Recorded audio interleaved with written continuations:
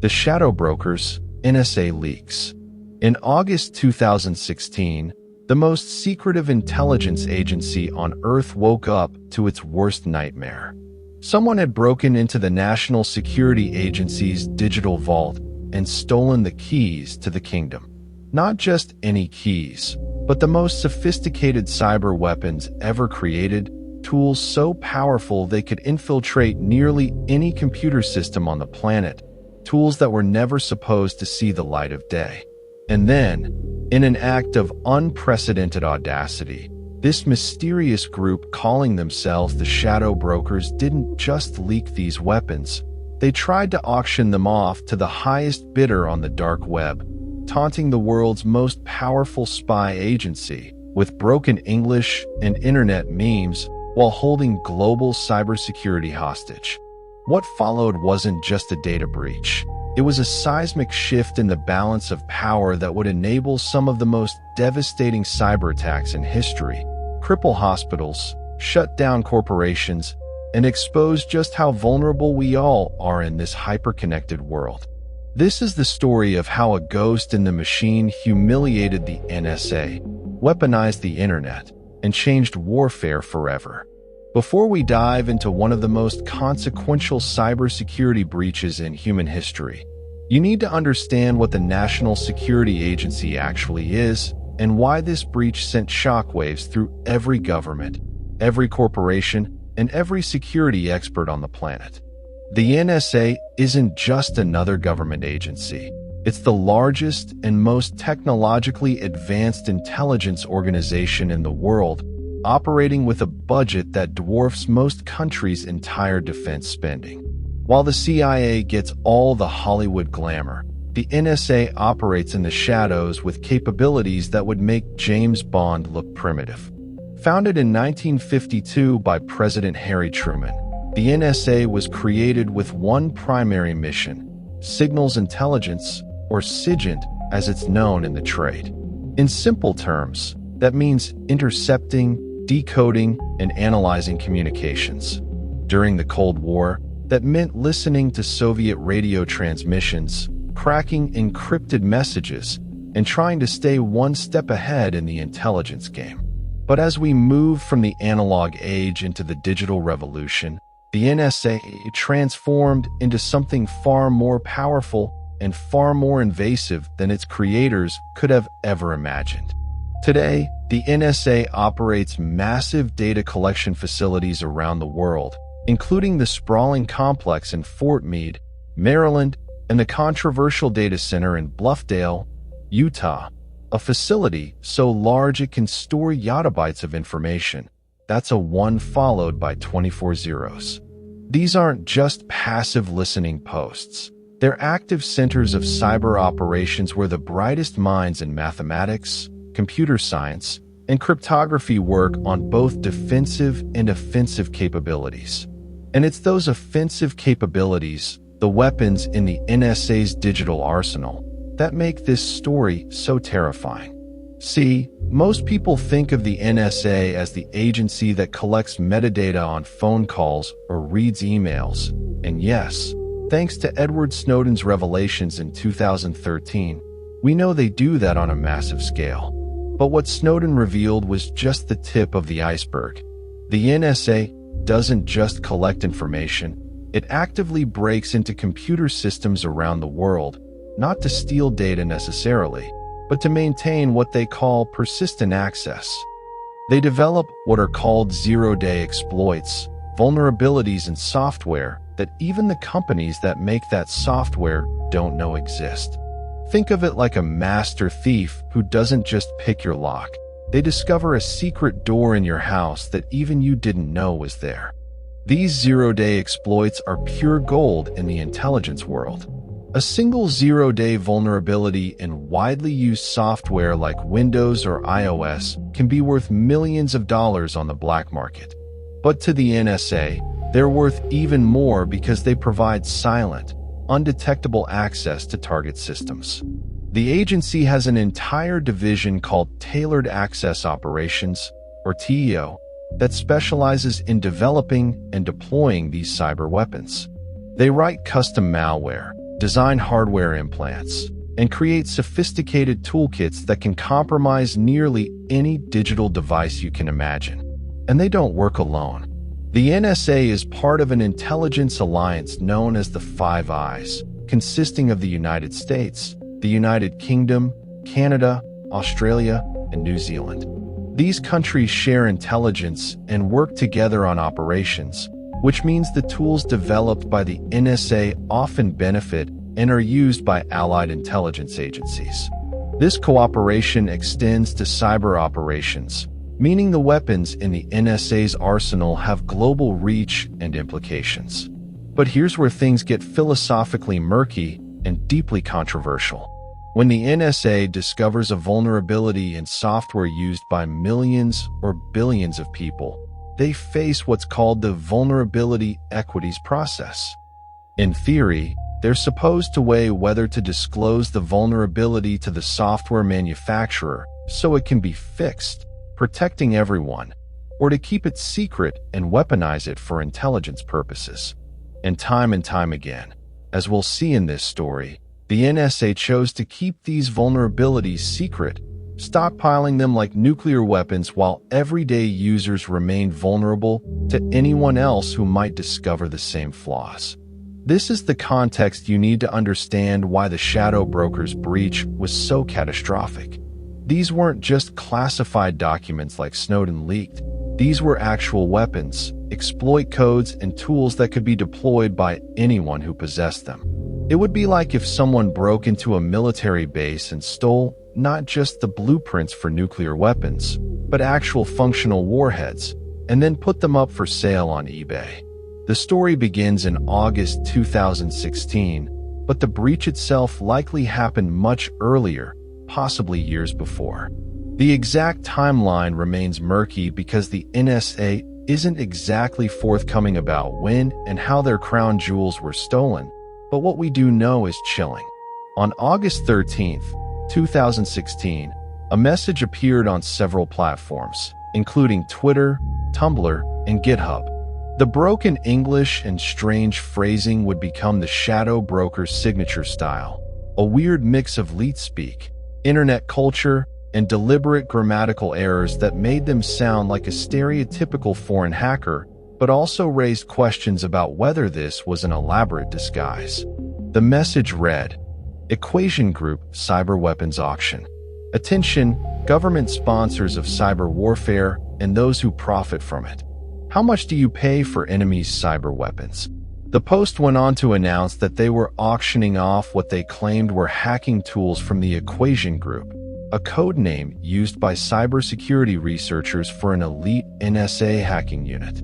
To prove they had the goods, the shadow brokers released a sample set of files for free, a taster menu of cyber weapons that security researchers could verify. And verify they did. Within hours of the release, cybersecurity experts around the world began analyzing the leaked files, and the verdict was unanimous and terrifying. These were authentic NSA tools. The sample included exploits targeting firewalls and networking equipment from major companies like Cisco, Juniper, and Fortinet, the very backbone of internet infrastructure. These weren't theoretical vulnerabilities or proof-of-concept code. These were operational, ready-to-deploy weapons that had clearly been used in real NSA operations. One of the researchers who analyzed the early dump was Jake Williams, a former NSA hacker turned cybersecurity consultant. Williams didn't just recognize the tools, he recognized his own work in them. In an interview years later, he described the surreal experience of seeing his own code, tools he had written during his time at TAO, now leaked publicly for anyone to download and use. The implications hit him like a freight train. These tools were designed to operate in the shadows, used by highly trained operators with legal authority and oversight, at least in theory. Now they were in the wild, available to criminals, terrorists, hostile nations, and anyone with an internet connection. The cybersecurity community went into overdrive. Companies whose products were targeted by these exploits rushed to patch the vulnerabilities. The NSA, in an extremely rare acknowledgement of offensive operations, quietly reached out to affected vendors to help them develop fixes. But the damage was done. Even if patches were released, the reality of enterprise IT meant that millions of systems would remain vulnerable for months or years. Large organizations can't just update software on a whim. They have to test compatibility, worry about breaking mission-critical systems, and coordinate updates across vast networks. This window of vulnerability is what attackers count on, and now, thanks to the shadow brokers, attackers everywhere have professional-grade NSA weapons to exploit it. But the August release was just the beginning. The shadow brokers had announced an auction, claiming they would sell the rest of their stolen data to the highest bidder. They set up a Bitcoin wallet for payments and invited governments and other interested parties to bid. The asking price? A staggering 1 million Bitcoin, which at August 2016 prices was around $500 million. It was an absurd sum, clearly designed to make a statement rather than a genuine expectation of payment. The shadow brokers were trolling the world's most powerful intelligence agency, and they were doing it with style. As days turned into weeks, no buyers emerged, at least no public ones. The shadow brokers grew increasingly frustrated and erratic in their communications. They released additional statements, sometimes in broken English, sometimes in more coherent prose, leading analysts to wonder if multiple people were behind the account or if the broken English was just an affectation. They mocked the NSA, calling them Equation Group and taunting them with phrases like, "We find cyber weapons made by creators of Stuxnet, Dooku, Flame." These references were significant because Stuxnet, Dooku, and Flame were sophisticated pieces of malware widely attributed to a joint U.S.-Israeli operation, representing some of the most advanced cyber weapons ever deployed. The geopolitical implications were staggering. Who were the shadow brokers? The most popular theory, and one that U.S. intelligence officials reportedly believed, was that the group was linked to Russian intelligence services, specifically the FSB or GRU. The timing seemed suspicious. This was August 2016, right in the heart of the U.S. presidential election, a time when Russian hacking groups were already in the news for breaching the Democratic National Committee. Some analysts speculated that the shadow brokers' release was a warning shot from Russia, a way of saying, "We can expose your secrets too," in response to American accusations about election interference. Others proposed that the shadow brokers might be a disgruntled insider, another Edward Snowden, but with a more mercenary bent.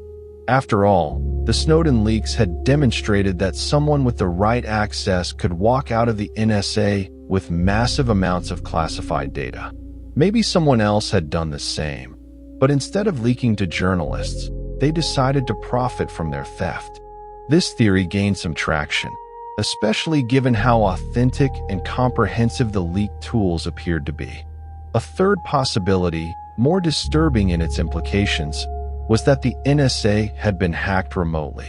Maybe the shadow brokers weren't insiders at all, but external hackers who had penetrated the NSA's networks and stolen the tools digitally.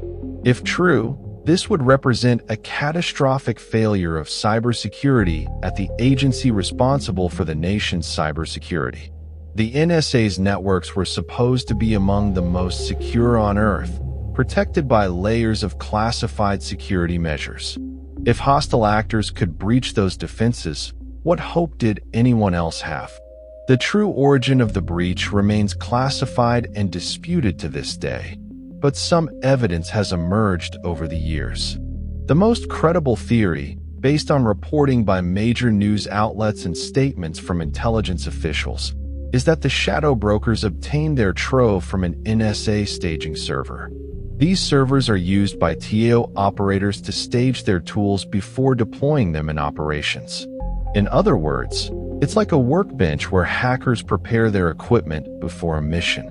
The theory suggests that an NSA operator, possibly Harold T.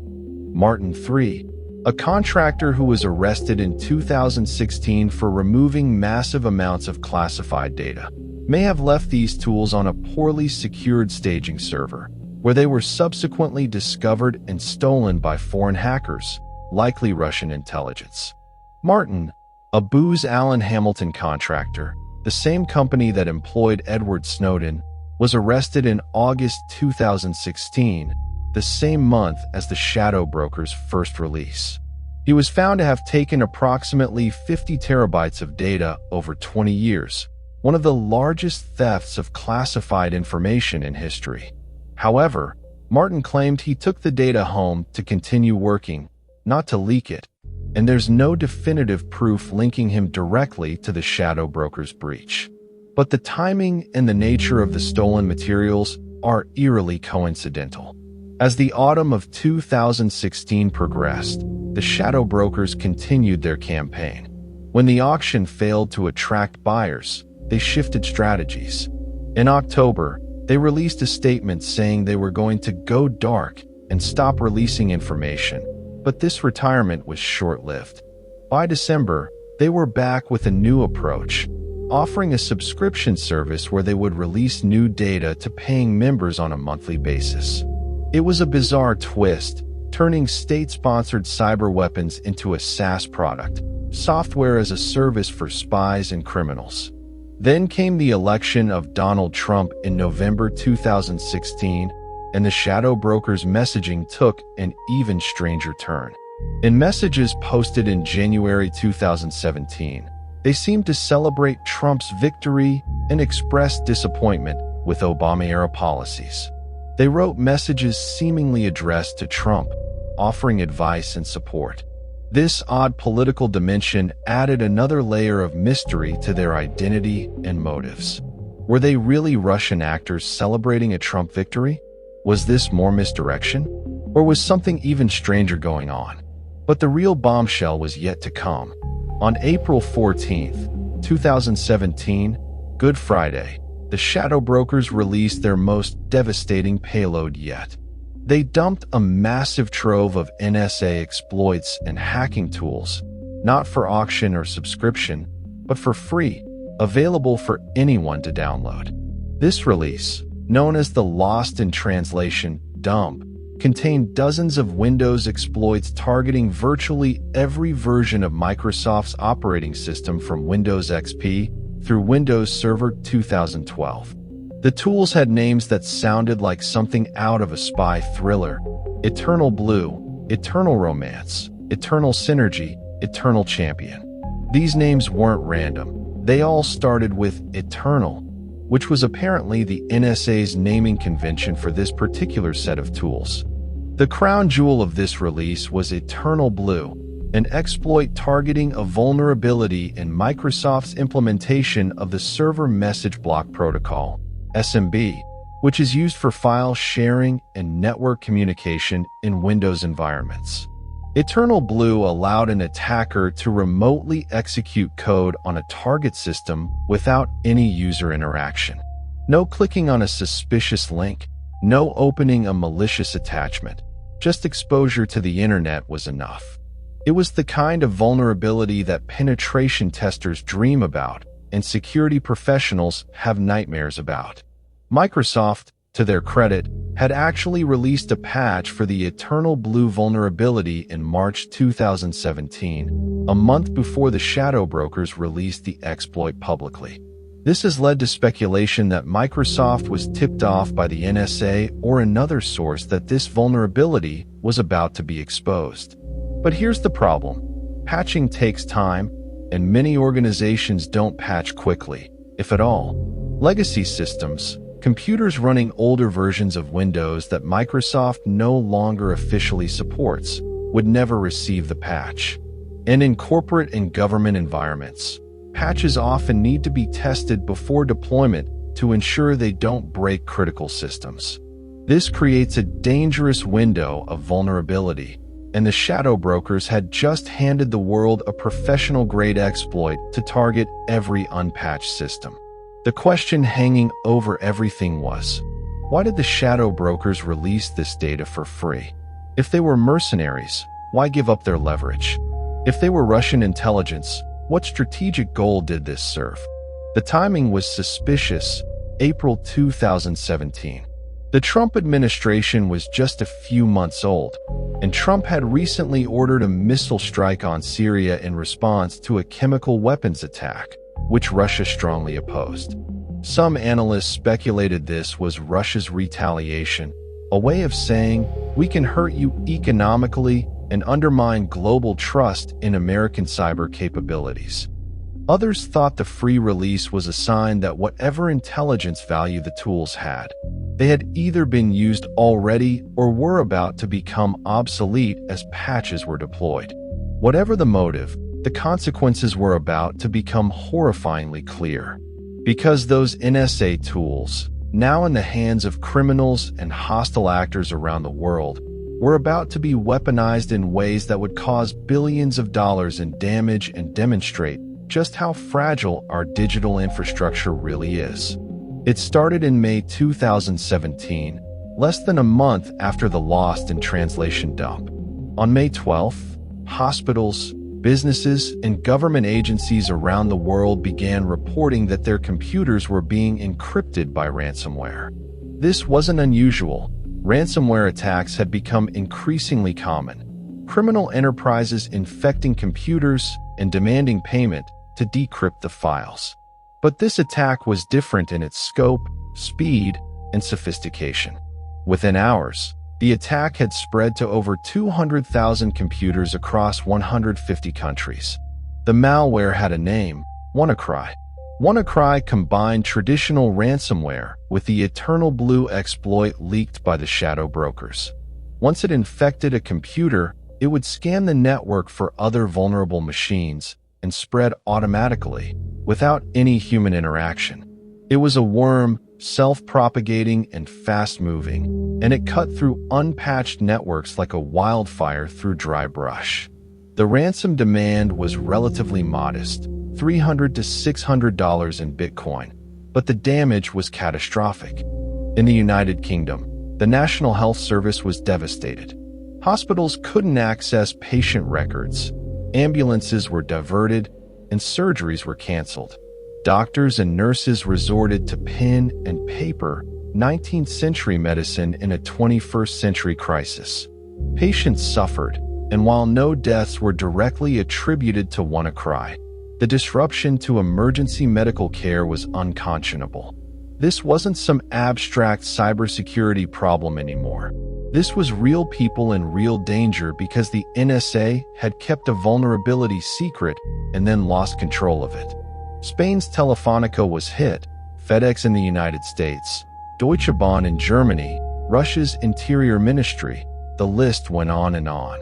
The attack eventually slowed down thanks to an accidental kill switch discovered by Marcus Hutchins, a British security researcher who found that the malware checked for the existence of a nonsensical domain name before running.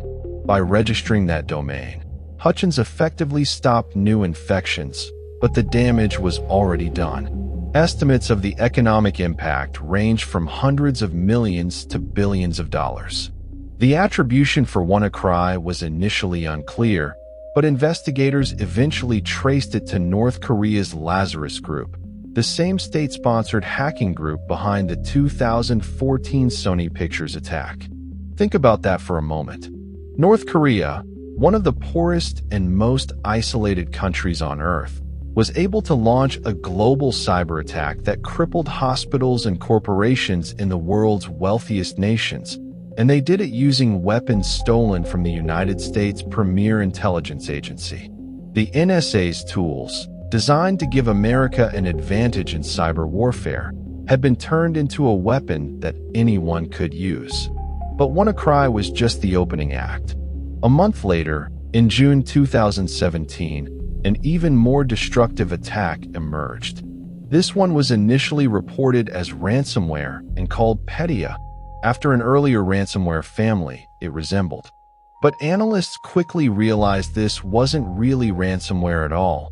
It was a wiper, malware designed to permanently destroy data and render computers inoperable.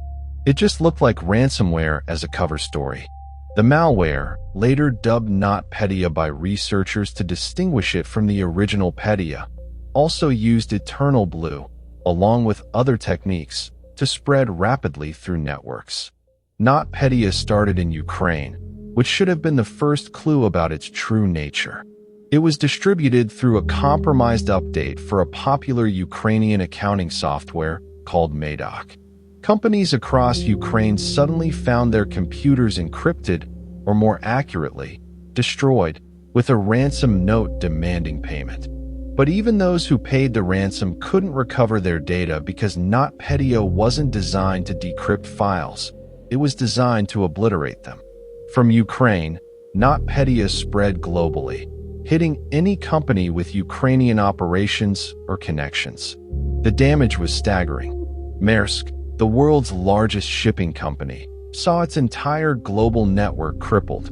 For days, one of the most important players in international trade couldn't process shipments, causing a ripple effect through global supply chains.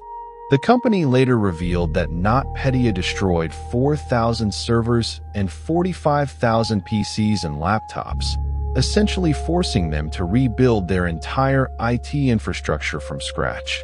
The cost to Maersk alone was approximately $300 million. FedEx's European subsidiary TNT Express was similarly devastated, with damages estimated at $300 million. Pharmaceutical giant Merck lost critical production capacity. The list of victims read like a who's who of global corporations, and the total economic damage from NotPetya has been estimated at over $10 billion, making it the costliest cyber attack in history. The attribution for NotPetya was clearer than WannaCry. The US, UK, and other nations officially attributed the attack to Russia, specifically the GRU military intelligence agency. The attack on Ukraine made sense in the context of ongoing Russian aggression against its neighbor following the annexation of Crimea in 2014. NotPetya was an act of cyber warfare disguised as ransomware, but the collateral damage, the impact on global companies, was either intentional or a catastrophic miscalculation of how fast the malware would spread beyond Ukraine. Here's the sick irony. Russia likely developed NotPetya using the very NSA tools that the shadow brokers, probably Russian intelligence themselves, had leaked. The NSA created Eternal Blue to spy on America's adversaries. Someone, possibly Russia, stole it from the NSA and leaked it publicly. Then Russia weaponized it into NotPetya and launched a cyber attack that damaged companies around the world, including American corporations. The NSA's own weapon had been used against American interests, and there was nothing they could do about it because the weapon was now public knowledge. The shadow brokers continued making releases through 2017, though none quite as impactful as the April dump. They released tools targeting operating systems beyond Windows, including some Unix and Linux exploits. They released information about NSA operations and implants. And they continued their strange public communications, at times political, at times philosophical, always cryptic. One of the more intriguing aspects of the later shadow brokers' releases was what they revealed about the scope and sophistication of NSA operations. The tools showed that the NSA had developed capabilities to intercept and exploit systems at almost every level of the technology stack. They had exploits for operating systems, networking equipment, firewalls, and even hard drives. One particularly disturbing revelation was evidence that the NSA had worked with hard drive manufacturers to hide surveillance capabilities in firmware, the low-level software that controls hardware. This meant that even formatting a hard drive or reinstalling an operating system might not remove NSA spyware if it was embedded in the firmware. The international reaction to the shadow brokers' leaks and the subsequent WannaCry and NotPetya attacks was one of anger and recrimination directed at the United States. Microsoft's president, Brad Smith, wrote a scathing blog post comparing the situation to the U.S. military having Tomahawk missiles stolen. He argued that governments needed to treat cyber vulnerabilities like they treat the proliferation of weapons in the physical world, with international agreements and transparency. The implicit criticism of the NSA's policy of stockpiling zero-day vulnerabilities rather than disclosing them was hard to miss. European allies, particularly those hit by WannaCry and NotPetya, demanded answers. How could the NSA allow such powerful weapons to be stolen? Why weren't they more quickly informed about the vulnerabilities so they could protect their citizens and critical infrastructure? The shadow brokers' leaks damaged America's reputation in the cybersphere and strained relationships with partners who felt endangered by American cyber practices. Within the U.S. government, the fallout was significant but largely behind closed doors. The NSA launched an investigation into how the breach occurred, but the results remain classified. There were calls in Congress for hearings and accountability, but the deeply classified nature of the programs involved made public scrutiny difficult. Admiral Mike Rogers, who was the NSA director at the time, faced tough questions, but he couldn't provide detailed answers in open settings. The contradiction of needing transparency while maintaining operational security created a catch-22 that left many questions unanswered. The cybersecurity community grappled with uncomfortable truths. The leaks demonstrated that even the world's most sophisticated intelligence agency couldn't secure its own tools. If the NSA could be breached, what hope did anyone else have? Moreover, the subsequent attacks showed that hoarding vulnerabilities for offensive purposes created systemic risks. When those vulnerabilities inevitably became known to adversaries, everyone was less safe. This led to intense debate about the vulnerability equities process, the procedure by which the U.S. government decides whether to disclose or weaponize newly discovered vulnerabilities.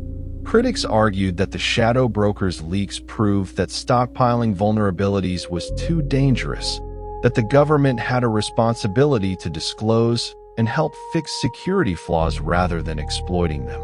The NSA and other intelligence agencies countered that they needed these tools to conduct legitimate intelligence operations against terrorists, hostile nations, and other threats to national security. It's a debate that continues to this day with no easy answers. But let's zoom out and consider the broader implications of the shadow brokers saga, because this wasn't just a story about one intelligence agency being embarrassed. This was a watershed moment that changed the landscape of global cybersecurity and cyber warfare. First, the leaks definitively ended any illusions about the security of cyberspace. Before shadow brokers, there was a kind of gentleman's agreement, or at least a collective delusion, that sophisticated state-level cyber capabilities would remain the domain of major powers with advanced intelligence agencies. Sure, there were occasional breaches and leaks, but the crown jewels of cyber warfare, the zero-day exploits and advanced persistent threat tools, those would stay secret. The shadow brokers shattered that illusion. Now, everyone knows that even the most sophisticated tools could end up in the hands of criminals, terrorists, or rogue states. The democratization of cyber weapons was no longer theoretical, it was a reality. Second, the attacks enabled by the leaked tools, especially NotPetya, demonstrated that cyberattacks could cause physical world consequences on a scale previously associated only with kinetic warfare. $10 billion in damage, hospitals shut down, global supply chains disrupted. This wasn't just stealing credit card numbers or defacing websites. This was economic warfare. And critically, the indiscriminate nature of modern cyber weapons, the way NotPetya spread far beyond its intended targets, showed that cyber warfare is messy, unpredictable, and dangerous in ways that traditional warfare isn't. A bomb dropped on a target stays at that target. A cyber weapon released into the wild can spread globally in hours, affecting neutral parties, and even potentially backfiring on the attacker. Third, the shadow brokers' leaks accelerated the cyber arms race. Every nation with serious intelligence capabilities took note. If the United States were developing tools like Eternal Blue, what were Russia, China, Iran, North Korea, and others developing? And if those tools could be stolen or leaked, how could any nation trust that its cyber arsenal wouldn't end up being used against it? This created a paradox at the heart of cyber deterrence strategy. Unlike nuclear weapons, which require massive infrastructure and can be monitored, cyber weapons are just code. They can be copied infinitely. They can be stolen. They can't be easily attributed. And most problematically, using them reveals them, making them less effective over time as defenses are developed. This led to some nations, particularly in Europe, pushing for international norms and treaties around cyber warfare, analogous to arms control treaties for nuclear, chemical, and biological weapons. The idea was to establish rules about what was acceptable in cyberspace and create mechanisms for attribution and consequences when those rules were violated. But these efforts have largely stalled because of fundamental disagreements between major powers. Russia and China want agreements that restrict the free flow of information and give governments more control over internet content within their borders, something Western democracies won't accept. Meanwhile, the United States and its allies want agreements that restrict offensive cyber operations but preserve intelligence gathering capabilities and the right to respond to attacks, something Russia and China view with suspicion. The shadow brokers also forced a reckoning within the technology industry. Companies like Microsoft, Apple, Google, and others realized that they were on the front lines of a conflict they didn't choose. Their products were being weaponized by intelligence agencies. Then those weapons were being stolen and used by criminals and hostile nations. This led to increased investment in security, more aggressive patching schedules, and a more adversarial relationship with intelligence agencies that wanted backdoors or cooperation in surveillance. The debate over encryption became even more heated. Law enforcement and intelligence agencies argued they needed access to encrypted communications to fight terrorism and crime, a position summarized by the phrase, "going dark," the idea that criminals could hide in encrypted spaces beyond the reach of lawful surveillance. But the technology industry and privacy advocates pointed to the shadow brokers' leaks as evidence that any backdoor, any intentional weakness in encryption or security would eventually be discovered and exploited by bad actors. The Eternal Blue exploit, after all, targeted a legitimate feature of Windows. Imagine if there were intentional backdoors. How quickly would those be found and weaponized? For the general public, the shadow brokers' leaks and the subsequent attacks provided a wake-up call about digital security, the one that many people hit snooze on. Most users don't think about software updates or patching. It's tedious and interrupts work. But WannaCry showed in dramatic fashion why updates matter. The victims of WannaCry weren't all running ancient, unpatched systems out of negligence.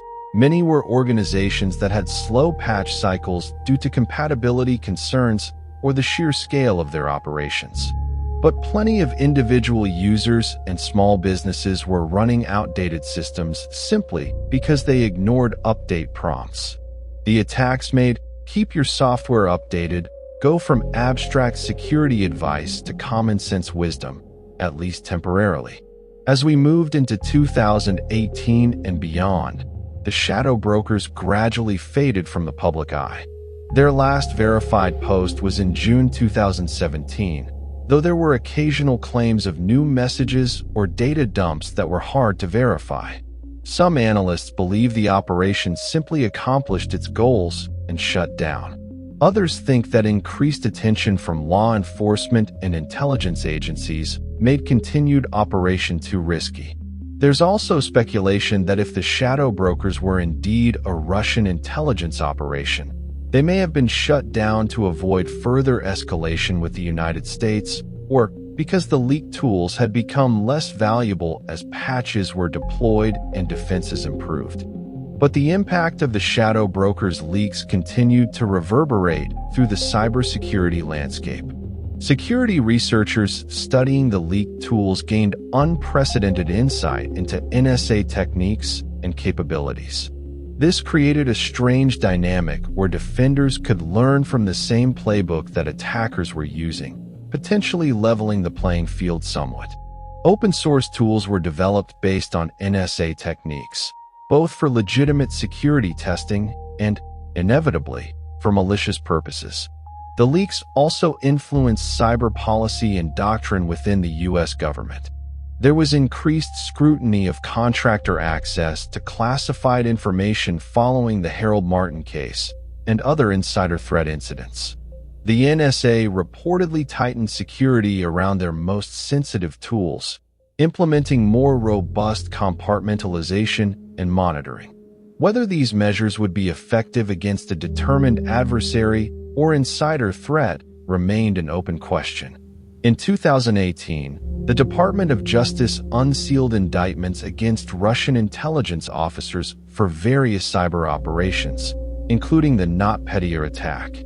While no charges were directly related to the shadow brokers, the indictments represented a more aggressive attribution and public shaming strategy. The thinking was that even if the indicted individuals would never be arrested, publicly attributing attacks to specific agencies and individuals would create diplomatic pressure and signal that such behavior wouldn't be tolerated. Whether this deterrence strategy was effective is debatable, as Russian cyber operations continued unabated. Let's talk about what happened to some of the key players in this saga, at least the ones we know about. Edward Snowden, though not directly involved in the shadow brokers leak, remained in exile in Russia, where he had fled after his 2013 NSA leaks. His presence there added another layer of complexity to the shadow brokers' speculation. Some conspiracy theories suggested the shadow brokers' leaks were somehow connected to Snowden or were Russia's way of providing him additional cover by muddying the waters around NSA leaks. Snowden himself denied any connection and criticized the shadow brokers' approach of potentially selling weapons to the highest bidder, contrasting it with his own decision to provide documents to journalists for responsible disclosure. Harold Martin, the NSA contractor arrested in 2016, pleaded guilty in 2019 to willful retention of national defense information. He was sentenced to 9 years in federal prison. Martin maintained that he took massive amounts of classified data to study at home and improve his skills, not to leak or sell it. Prosecutors couldn't prove that Martin was the source of the shadow brokers leak, and he was never charged with espionage or sharing classified information with unauthorized parties. But the coincidence of timing and the nature of the materials he stole kept suspicions alive. Whether he was the unwitting source, leaving data vulnerable to theft by foreign hackers, or whether the shadow brokers obtained their trove through other means, remains officially unresolved. Jake Williams, the former NSA hacker who recognized his own tools in the leak, went public with his identity in 2017 after journalists were about to expose him. He became a prominent voice in discussions about the leak and its implications, leveraging his unique perspective as someone who had developed the very tools that were leaked.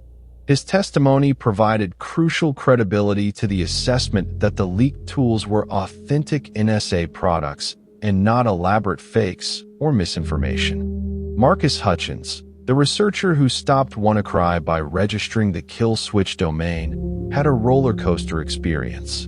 He became an overnight hero in the security community, credited with saving potentially billions of dollars in additional damage.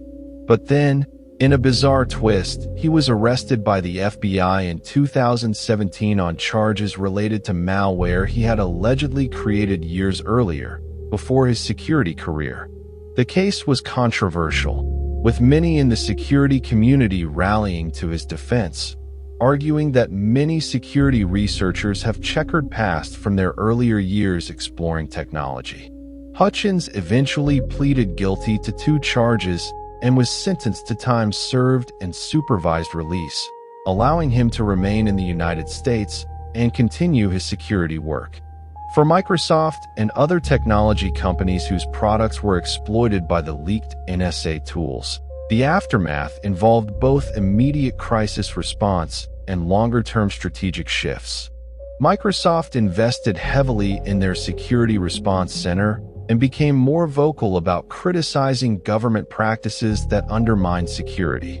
They pushed for governments to disclose vulnerabilities they discovered rather than stockpiling them. They also accelerated efforts to deprecate older protocols and technologies that were inherently insecure, though this created tensions with enterprise customers who relied on legacy systems and were resistant to change. The insurance industry had to grapple with the implications of attacks like NotPetya as well. Many companies had cyber insurance policies, but insurers argued that NotPetya was an act of war, which was typically excluded from coverage. This led to lawsuits and debates about how to classify state-sponsored cyberattacks that targeted civilian infrastructure. Were they acts of war, terrorism, criminal activity? The answer had huge implications not just for insurance, but for international law and norms around cyber conflict. One of the less discussed but profoundly important consequences of the shadow brokers' leaks was the impact on the concept of defense dominance in cyberspace. For years, there had been debate in the security community about whether cyber warfare fundamentally favored offense or defense. The optimistic view was that defenders had inherent advantages. They knew their own systems. They could implement defense in depth. They could monitor and detect intrusions.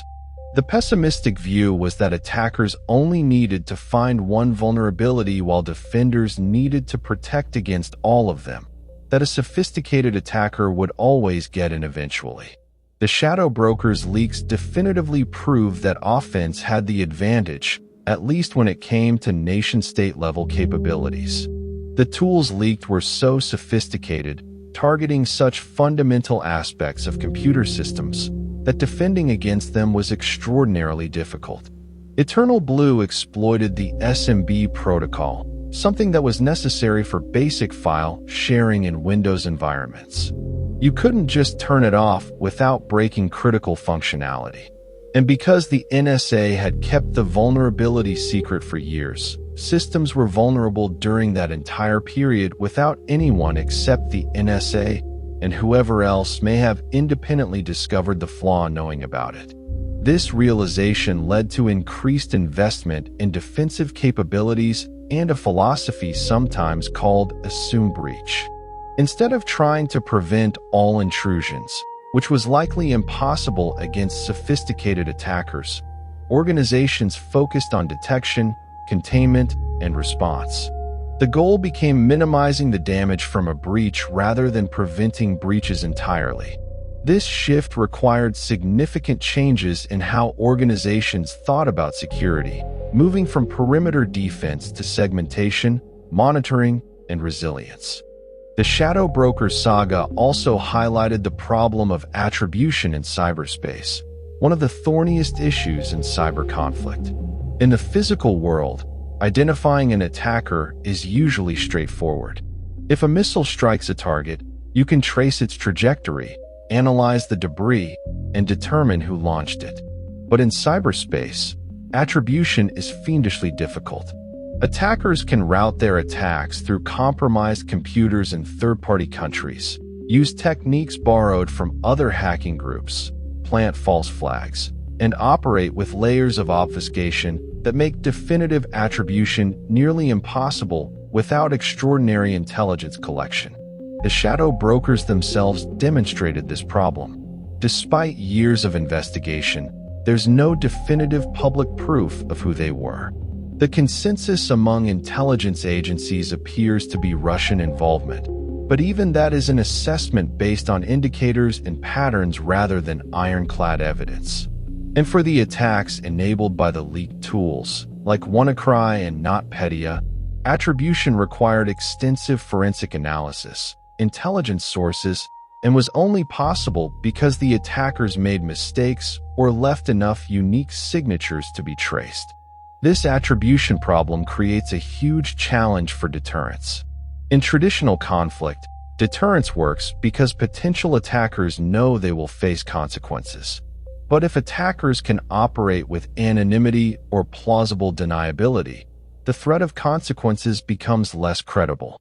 How do you retaliate against an attack if you can't prove who did it? And even if you privately know who the attacker was, if you can't prove it publicly, how do you build international support for a response? Some experts have proposed radical solutions to the attribution problem, ranging from international cyber forensics organizations to fundamental redesigns of internet architecture to build in traceability. But these proposals face enormous technical and political obstacles. Many of the same features that allow attackers to hide also protect privacy and enable free speech in repressive regimes. It's not clear you could make the internet more traceable without also making it more oppressive.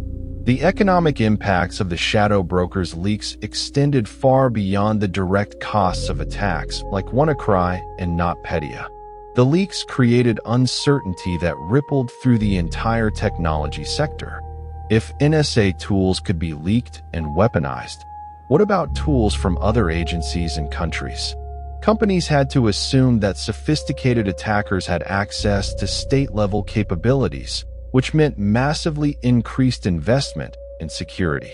According to some estimates, global spending on cybersecurity increased by tens of billions of dollars in the years following the shadow brokers' leaks, as organizations rushed to improve their defenses against advanced persistent threats. This spending represented a deadweight loss to the economy, resources that could have been spent on productive activities instead going to defend against attacks. It's similar to how defense spending during the Cold War consumed resources that could have been used for economic development. Except in cyberspace, the Cold War never really ended, and the barriers to entry are much lower. A relatively small team of skilled hackers can pose threats that require billions of dollars in defensive measures to counter. The leaks also accelerated the fragmentation of the internet along national lines, a trend sometimes called cyber sovereignty.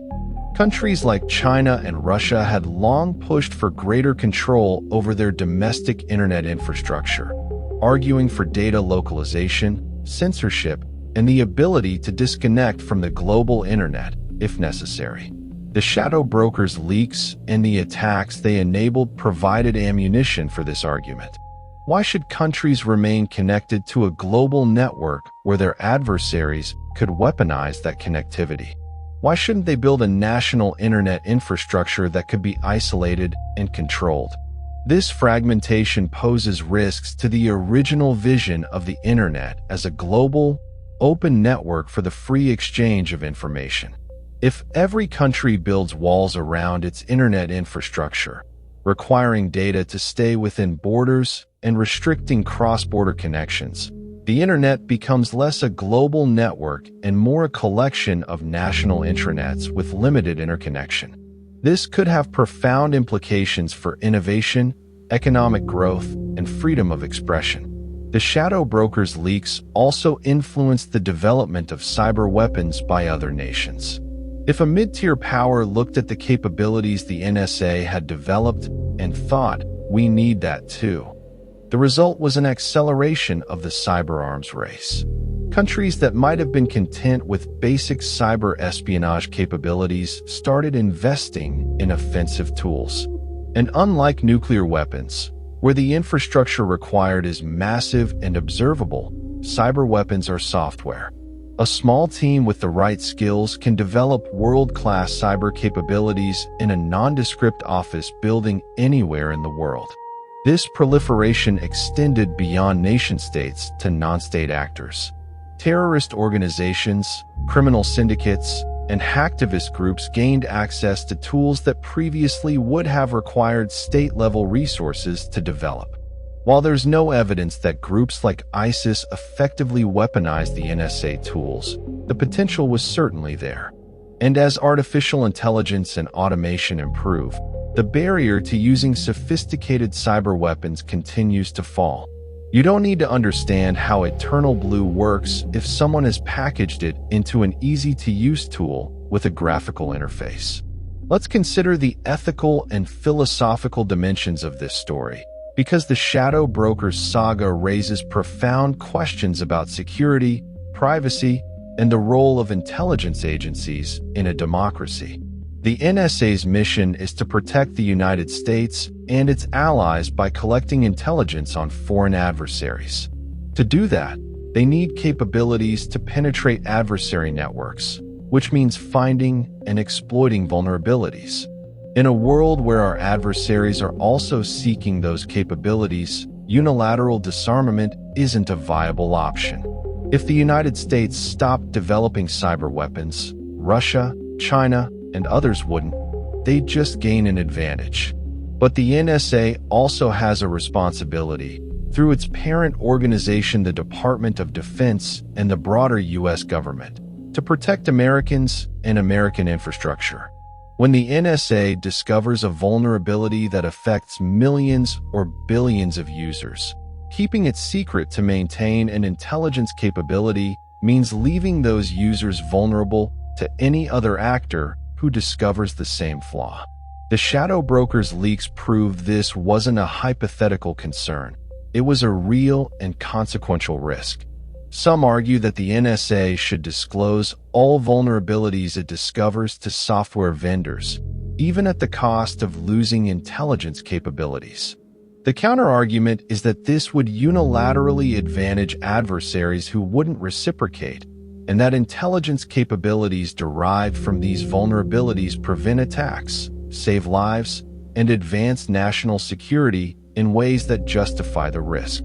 There's no easy answer, and reasonable people disagree based on how they weigh these competing interests. The leaks also raise questions about the militarization of cyberspace and whether certain norms or rules should apply. In traditional warfare, there are laws of armed conflict that prohibit targeting civilians, require proportionality in response, and establish protected categories like hospitals and cultural sites. Should similar norms apply in cyberspace? The WannaCry attack on NHS hospitals suggests that maybe they should, but how do you enforce such norms when attribution is difficult and actors can hide behind proxies? Some international law experts argue that existing laws of armed conflict already apply to cyberspace, that attacking a hospital with a cyber weapon is just as illegal as bombing it with conventional weapons. But this interpretation is contested, and there's no international consensus. Moreover, even if there were agreement on the rules, enforcement would be challenging given the anonymity and deniability that cyberspace affords. The Shadow Brokers themselves raised interesting questions about hacktivism, whistleblowing, and cybercrime.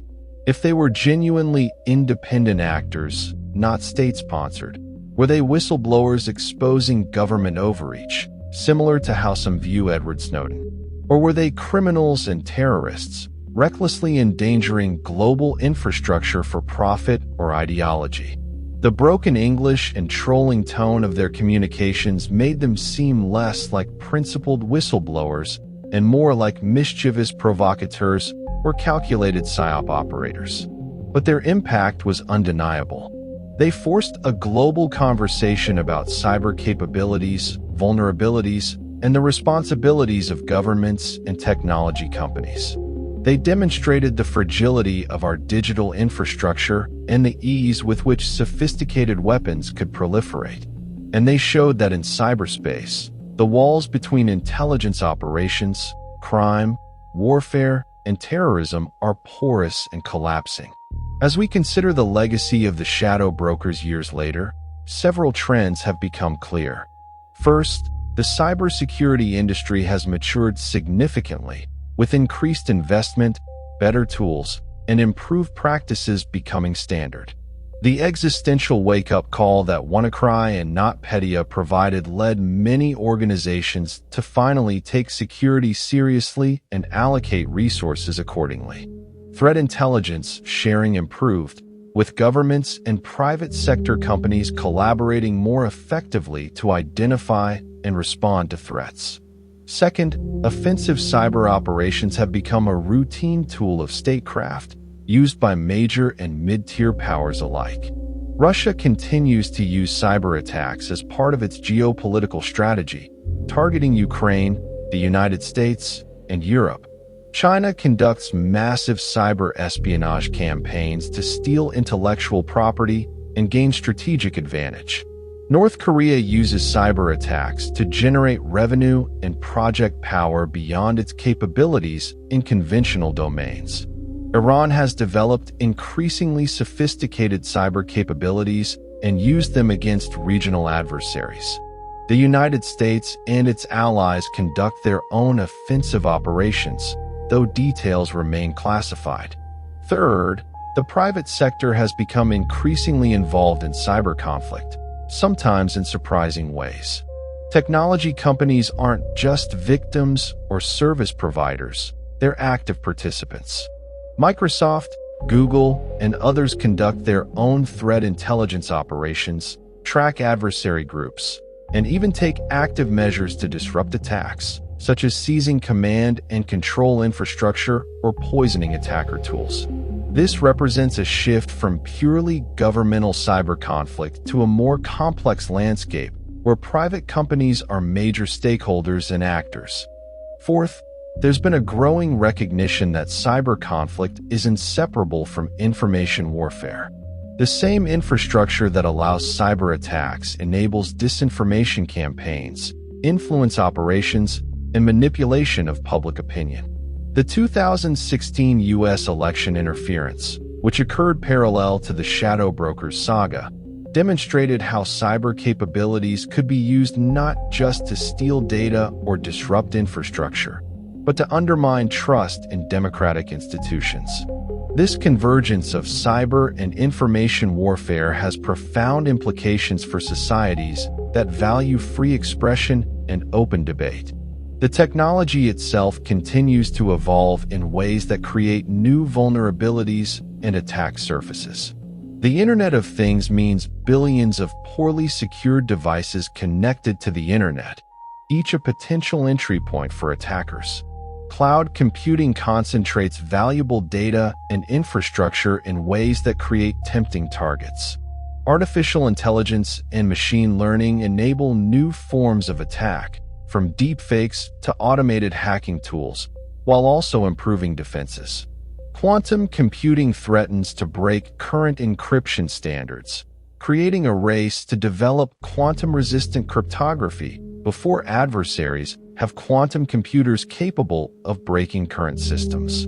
Against this backdrop of evolving technology and persistent threats, the lessons of the Shadow Brokers remain relevant. Stockpiling vulnerabilities is dangerous. Cyber weapons proliferate and can be turned against their creators. Attribution is hard, making deterrence challenging. Defense is difficult but essential. And the stakes, measured in billions of dollars of economic damage, critical infrastructure at risk, and potentially even lives endangered when hospitals and emergency services are disrupted, could not be higher. So what should be done? There's no shortage of proposals from experts, activists, and policymakers, but achieving consensus and implementation is difficult. Some advocate for international treaties to govern cyber conflict, similar to arms control agreements. Others push for information sharing and public-private partnerships to improve collective defense. Some call for more aggressive offensive operations to deter adversaries through fear of retaliation. Others argue for investment in resilience, building systems that can withstand and recover from attacks rather than trying to prevent them entirely. The truth is that cybersecurity is not a problem that can be solved once and for all. It's an ongoing process of adaptation and evolution. Defenders improve their capabilities, so attackers develop new techniques. New technologies create new vulnerabilities. Geopolitical tensions drive continued investment in cyber weapons. And the fundamental architecture of the internet, built for openness and interoperability rather than security, means that perfect security will always be elusive. For individuals, the lessons of the Shadow Broker saga are both empowering and sobering.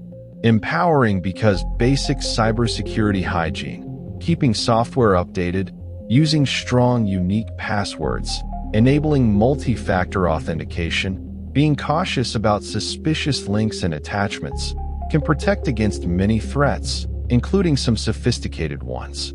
If everyone had patched against Eternal Blue when Microsoft released the fix, WannaCry would have been a non-event. Individual actions matter. But sobering because even perfect individual security doesn't protect you from systemic vulnerabilities. If your hospital's network gets infected with ransomware, your personal security practices won't help when you need emergency care and the systems are down. If a cyber attack disrupts the power grid or financial systems, we all suffer the consequences regardless of our individual preparedness. Cybersecurity is a collective action problem, requiring coordination and investment at every level, from individual users to corporations to governments to international organizations.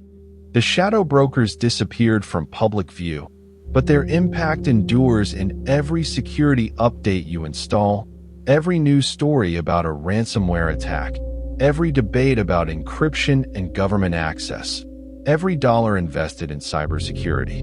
They revealed the shadow war being fought in cyberspace, a conflict where the weapons are invisible. The battlefield is everywhere we live our digital lives, and the consequences are only beginning to be understood.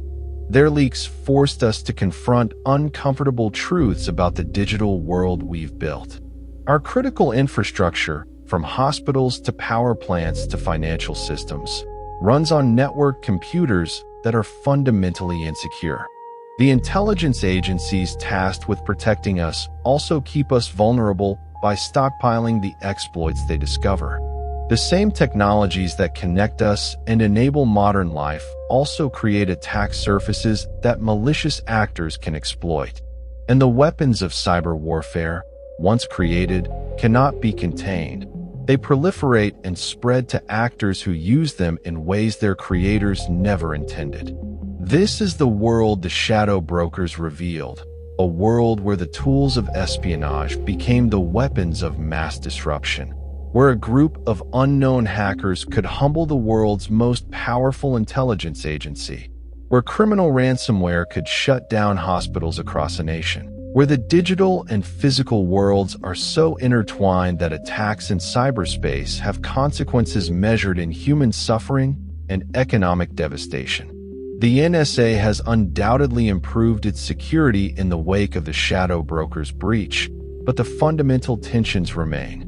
They need offensive capabilities to conduct intelligence operations, but maintaining those capabilities requires keeping vulnerabilities secret, which creates risk.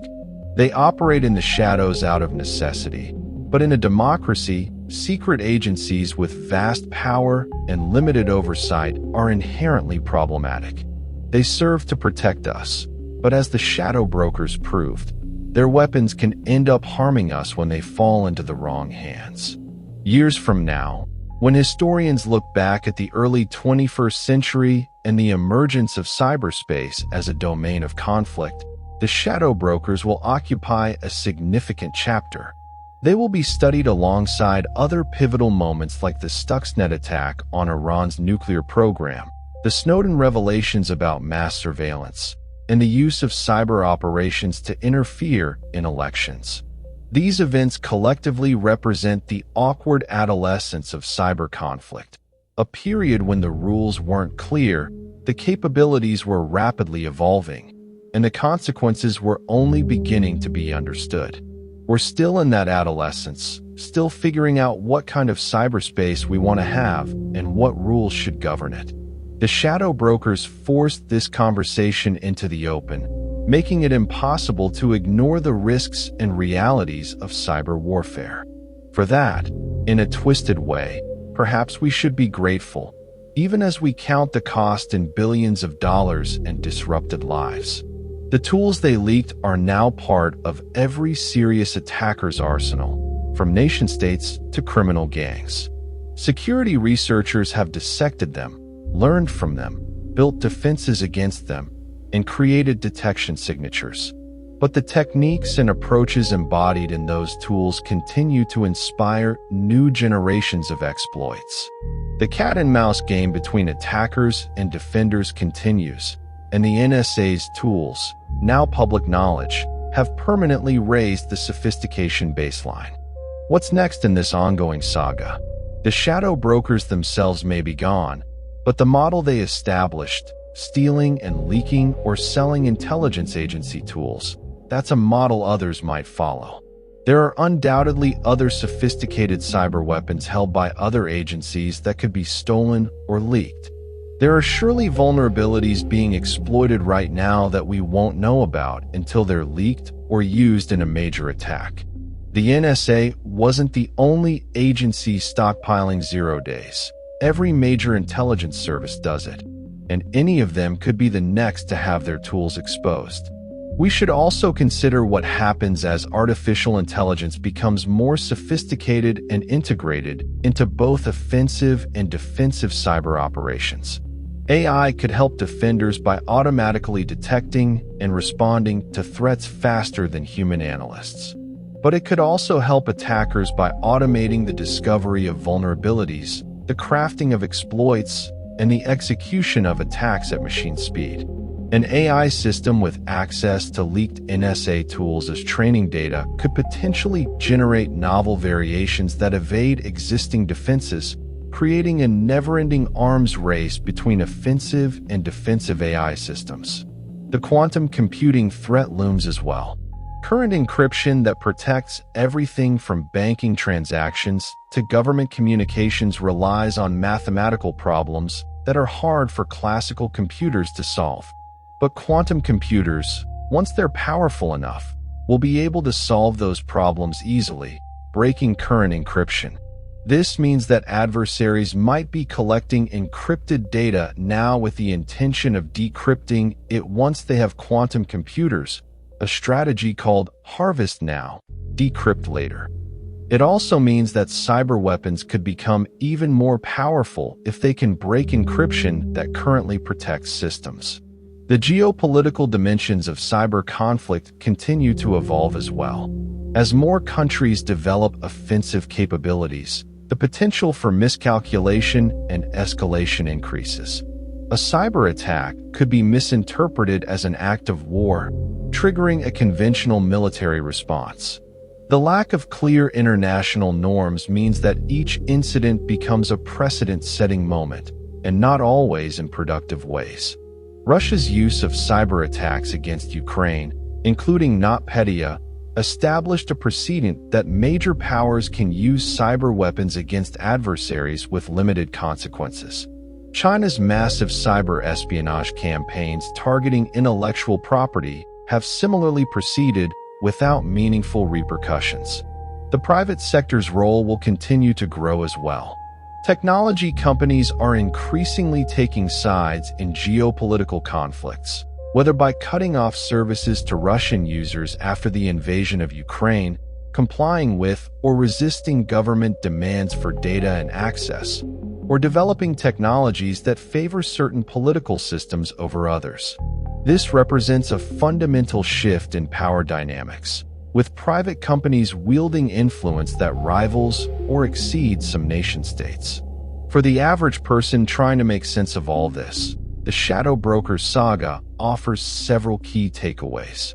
First, understand that cybersecurity is not someone else's problem. It affects all of us in direct and immediate ways. When your hospital can't access medical records because of a ransomware attack, that's a cybersecurity failure with real consequences.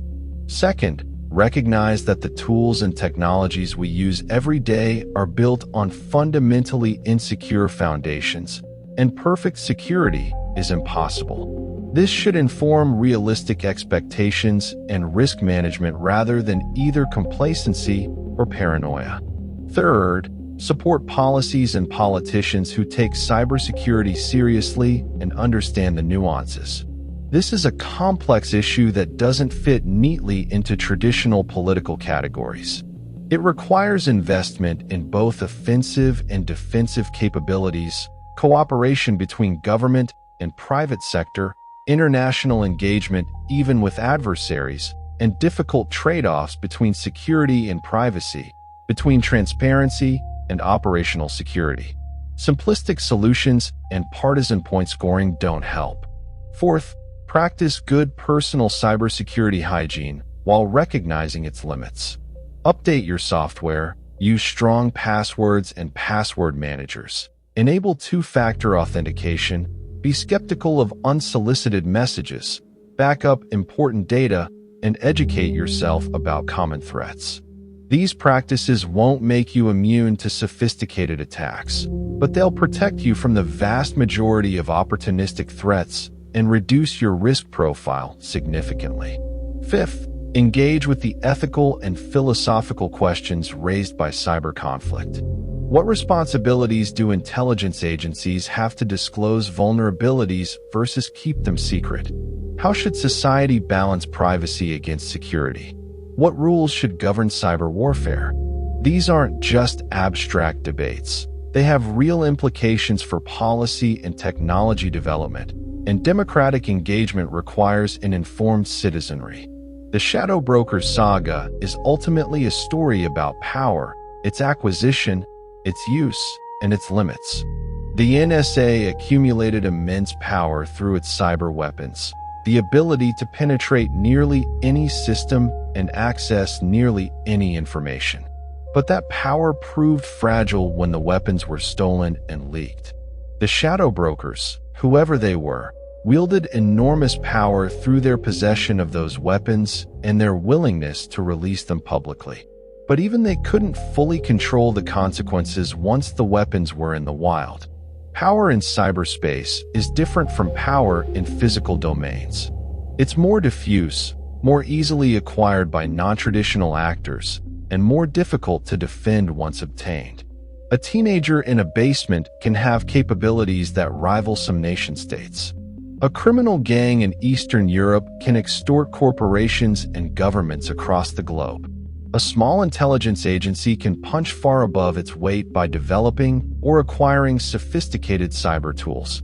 This democratization of capability is both empowering and terrifying. It means that traditional hierarchies and power structures are disrupted, but it also means that bad actors have unprecedented ability to cause harm. The Shadow Brokers leaks prove that in cyberspace, what goes around comes around in unexpected ways.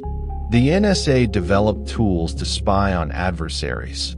Those tools were stolen and leaked, then weaponized by criminals and hostile nations to attack Western targets, including American companies and allies. The very weapons meant to give the United States an advantage ended up being used against American interests.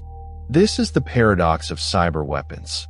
Their use reveals them, making them less effective over time, and they can be copied and proliferated, meaning you can never be sure your own weapons won't eventually be used against you.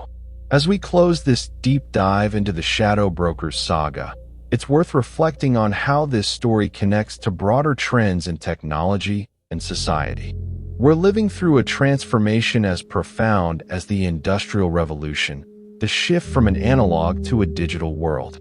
This transformation brings incredible benefits: connectivity, efficiency, access to information, and innovation at unprecedented speed.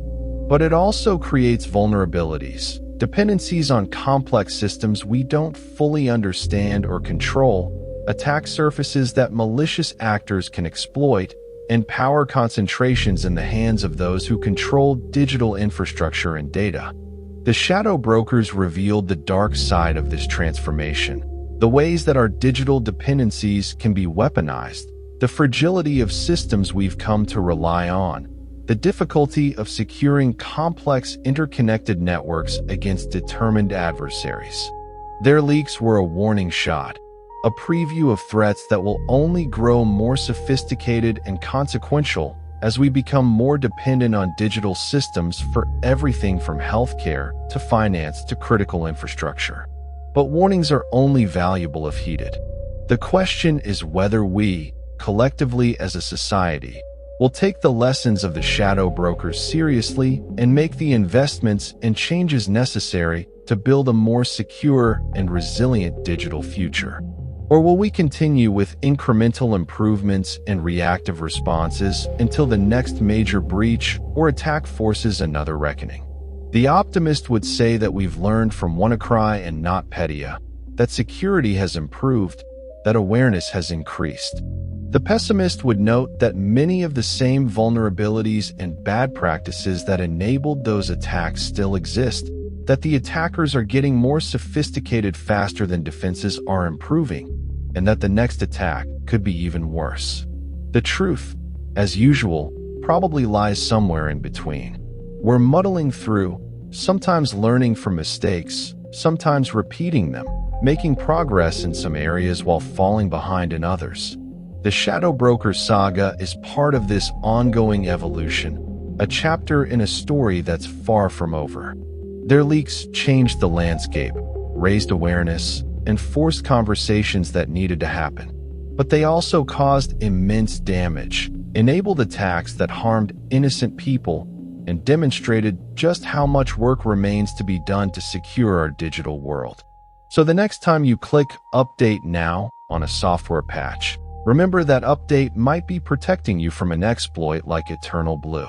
The next time you hear about a ransomware attack or a data breach, remember that behind the sterile cybersecurity terminology are real people affected, hospitals unable to provide care, companies unable to operate, and individuals whose data and privacy are compromised. And the next time you hear about intelligence agencies and their cyber capabilities, remember the shadow brokers and the lesson they taught, that cyber weapons, once created, cannot be fully controlled, that they proliferate and spread in unpredictable ways, and that the line between protecting us and endangering us is thinner than we'd like to believe. The shadow brokers may be gone, but they left behind a changed world, one where the weapons of cyber warfare are public knowledge, where even the most secure organizations can be breached, where attacks in cyberspace have consequences in the physical world, and where the future of conflict and security will be fought as much with code as with conventional weapons. Welcome to that world. We're all living in it now, whether we wanted to or not, and the decisions we make, collectively and individually, will determine whether we can build a future that's secure, free, and prosperous, or whether we'll continue to stumble from crisis to crisis, learning lessons the hard way and paying the price for vulnerabilities we knew about but failed to fix. This is the legacy of the shadow brokers, a wake-up call we can't ignore, a glimpse behind the curtain at the secret cyber wars being waged in our names, and a reminder that in the digital age, security isn't just an IT issue. It's a fundamental challenge that affects everything we do and everything we are. The question now is what we do with that knowledge, and whether we have the wisdom, the will, and the resources to meet the challenge.